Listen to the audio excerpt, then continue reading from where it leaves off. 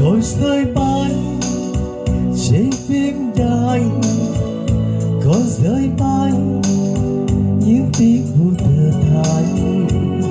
Đã lâu rồi nụ cười vắng trên môi.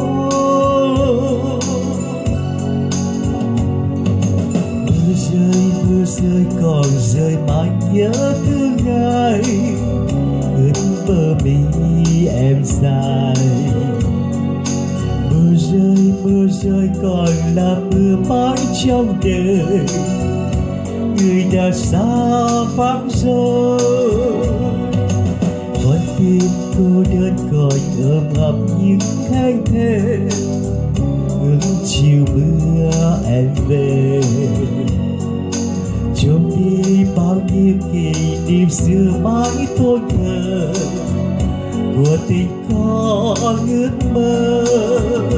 Từng giọt mưa, từng giọt buồn, ngoài sân vắng buổi chiều tối dậy.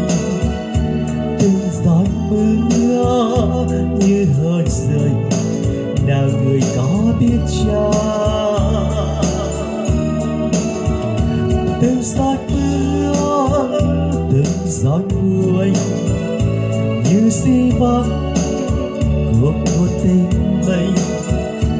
Câu rơi mãi không bờ bên, trong tiếng mưa đêm.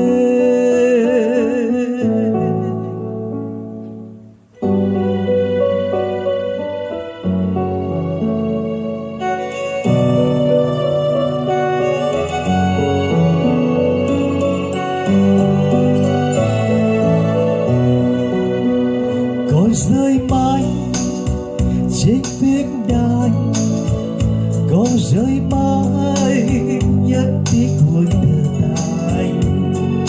Đã lâu rồi nụ cười vắng trên môi.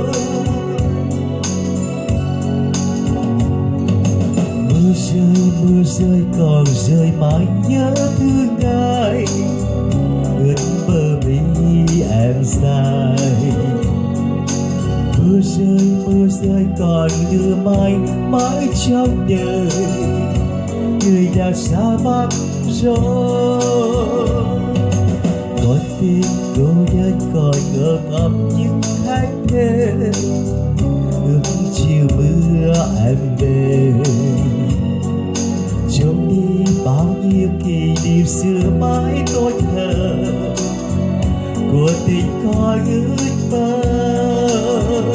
Từng giọt mưa, từng giọt buồn, ngoài sân vắng buổi chiều tối rơi. Từng giọt mưa như hơi rơi, nào người có biết chăng.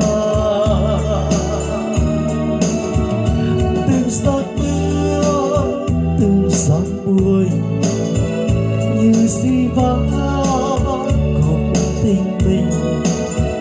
Còn rơi mãi không bờ bên,